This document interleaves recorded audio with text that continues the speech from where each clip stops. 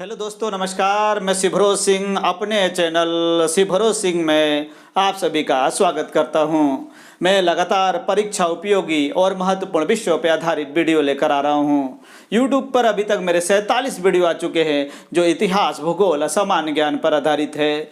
आपने मेरे चैनल को अभी तक सब्सक्राइब नहीं किया है तो सब्सक्राइब कर लीजिए और बेल आइकन को दबा दीजिए, जिससे मेरे आने वाले वीडियो की नोटिफिकेशन आपको मिलती रहे। साथ ही कमेंट्स बॉक्स में जरूरी सुझाव दीजिए।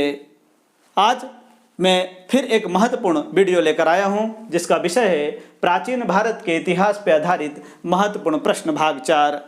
इसके पूर्व प्राचीन भारत के इतिहास पर आधारित महत्वपूर्ण प्रश्न भाग 1, भाग 2, भाग 3 आपने नहीं देखा है तो उसे देख लीजिए ताकि चौथे भाग को आसानी से आप समझ सके। ये सभी प्रश्न भारत में आयोजित प्रतिष्ठित परीक्षाओं में आ चुके हैं।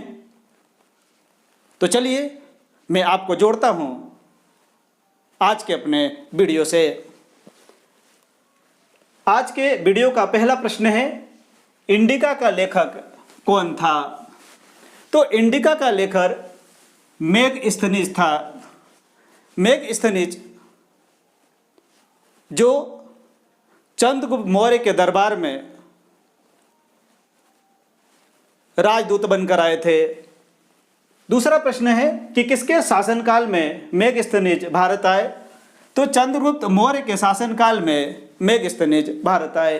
तीसरा प्रश्न कि मौर्य काल में टैक्स चोरी करने वालों को कौन सा दंड मिलता था? तो मौर्य काल में टैक्स चोरी करने वालों को मृत्यु दंड दिया जाता था।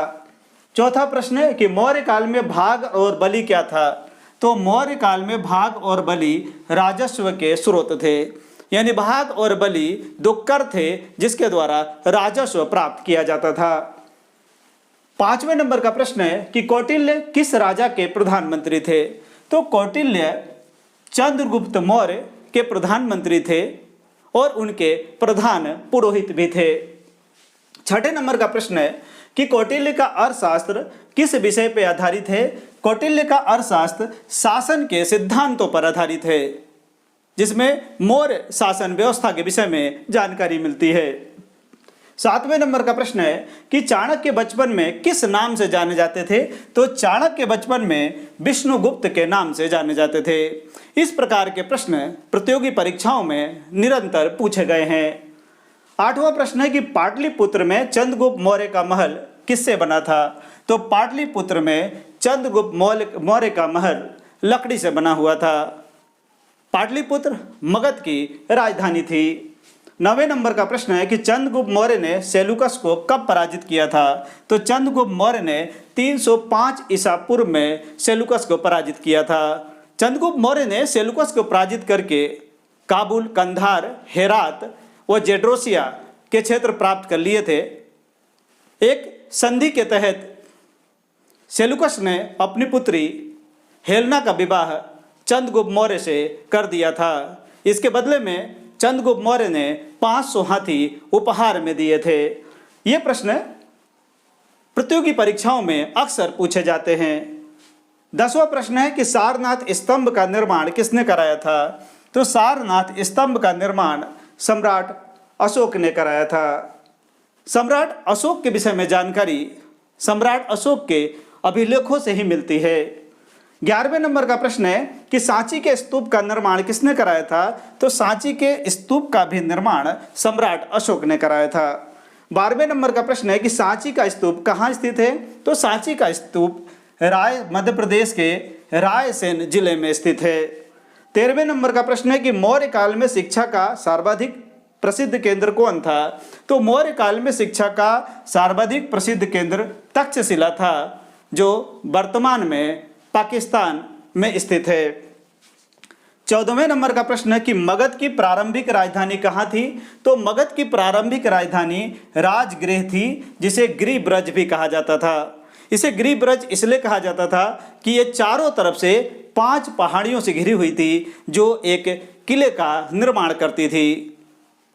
प्रारंभिक मगध उस क्षेत्र को कहा जाता है जिसमें बिहार के गया और पटना के आसपास के क्षेत्र थे।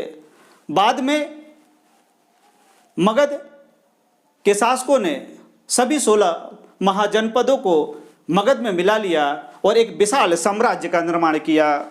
15वें नंबर का प्रश्न है कि 16 महाजनपदों की जानकारी किस बौद्ध ग्रंथ में है, यानी किस बौद्ध ग्रंथ से 16 महाजनपदों की जानकारी मिलती है। तो बौद्ध ग्रंथ अंगुत्तर निकाय से 16 महाजनपदों की जानकारी मिलती है। ये प्रश्न निरंतर परीक्षाओं में पूछा गया है। ये सभी प्रश्न परीक्षाओं के दृष्टिकोण से अति महत्वपूर्ण है। 16वें नंबर का प्रश्न है कि चंपा किस महाजनपद की राजधानी थी। तो चंपा अंग महाजनपद की राजधानी थी। अंग जो वर्तमान बिहार में स्थित है, बिहार के भागलपुर और मुंगेर जिले के भाग को अंग कहा जाता था। महाभारत काल में अंग के राजा कर्ण ने कौरवों की तरफ से युद्ध लड़ा था, जो महान दानवीर थे। 17वें नंबर का प्रश्न है कि गोदावरी नदी के तट पर कौन सा महाजनपद स्थित था। तो गोदावरी नदी के तट पर असक या अस्मक महाजनपद स्थित था। 18वें नंबर का प्रश्न है कि 6ठी शताब्दी ईसा पूर्व का मत्स्य महाजनपद कहाँ स्थित था। तो 6ठी ईसा पूर्व का मत्स्य महाजनपद जयपुर राजस्थान में स्थित था। 19वें नंबर का प्रश्न है कि अजात शत्रु के वंश का नाम क्या था, यानी अजात शत्रु किस वंश से थे। तो अजात शत्रु हर्यक वंश से थे और अजात शत्रु एक महान सम्राट थे। 20वें नंबर का प्रश्न है कि मगध साम्राज्य में बज्जी गणसंघ को हराकर किसने मिलाया। ये प्रश्न लगभग सभी प्रतियोगी परीक्षाओं में पूछा गया कि किस राजा ने बज्जी गणसंघ को मगध साम्राज्य में मिलाया। तो बज्जी गणसंघ को अजात शत्रु ने मगध साम्राज्य में मिलाया। 21वें नंबर का प्रश्न है कि गौतम बुद्ध के समय प्रसिद्ध वैद्य जीवक किसके दरबार में था। तो गौतम बुद्ध के समय में प्रसिद्ध वैद्य जीवक बिंबिसार के दरबार में था। 22वें नंबर का प्रश्न है कि किस यूनानी लेखक ने चंद्रगुप्त मौर्य को सेंड्रोकोटस कहा है। तो यूनानी लेखक जस्टिन ने चंद्रगुप्त मौर्य को सेंड्रोकोटस कहा है। 23वें नंबर का प्रश्न है कि भागवत धर्म के प्रवर्तक कौन थे। तो भागवत धर्म के प्रवर्तक भगवान कृष्ण थे। 24वें नंबर का प्रश्न है कि भागवत संप्रदाय के विकास में किसका सर्वाधिक योगदान है, यानी किस वंश के शासनकाल में भागवत धर्म का सबसे अधिक विकास हुआ। तो गुप्त वंश के शासनकाल में भागवत धर्म का सबसे अधिक विकास हुआ। 25वें नंबर का प्रश्न है कि भागवत संप्रदाय में भक्ति के रूपों की संख्या कितनी है। तो भागवत संप्रदाय में भक्ति के रूपों की संख्या 9 है। 26वें नंबर का प्रश्न है कि भागवत धर्म से संबंधित प्राचीनतम अभिलेखीय साक्ष्य क्या है, यानी किस साक्ष्य से भागवत धर्म की पुष्टि होती है।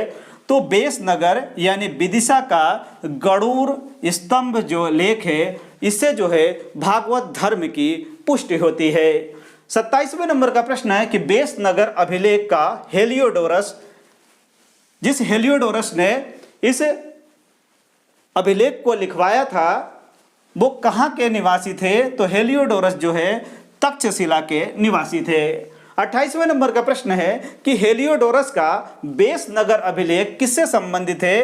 तो हेलियोडोरस का बेसनगर अभिलेख वासुदेव यानी कृष्ण से संबंधित है। 29वें नंबर का प्रश्न है कि पुरी में रथ यात्रा किसके सम्मान में निकाली जाती है। तो पुरी में रथ यात्रा भगवान जगन्नाथ के सम्मान में निकाली जाती है। 30वें नंबर का प्रश्न है कि नैनार किस मत को मानते हैं। तो नैनार शैव मत को मानते हैं, अर्थात जो भगवान शिव की पूजा करते हैं उन्हें शैव मत से जोड़ा जाता है। 31वें नंबर का प्रश्न है कि भगवान शिव के उपासकों को क्या कहा जाता है। तो भगवान शिव के उपासकों को शैव कहा जाता है। 32वें नंबर का प्रश्न है कि शैव धर्म का सर्वाधिक प्राचीन संप्रदाय कौन सा है, यानी कौन सा ऐसा संप्रदाय था जो शैव धर्म का सबसे प्राचीनतम संप्रदाय है। तो वह पाशुपत संप्रदाय।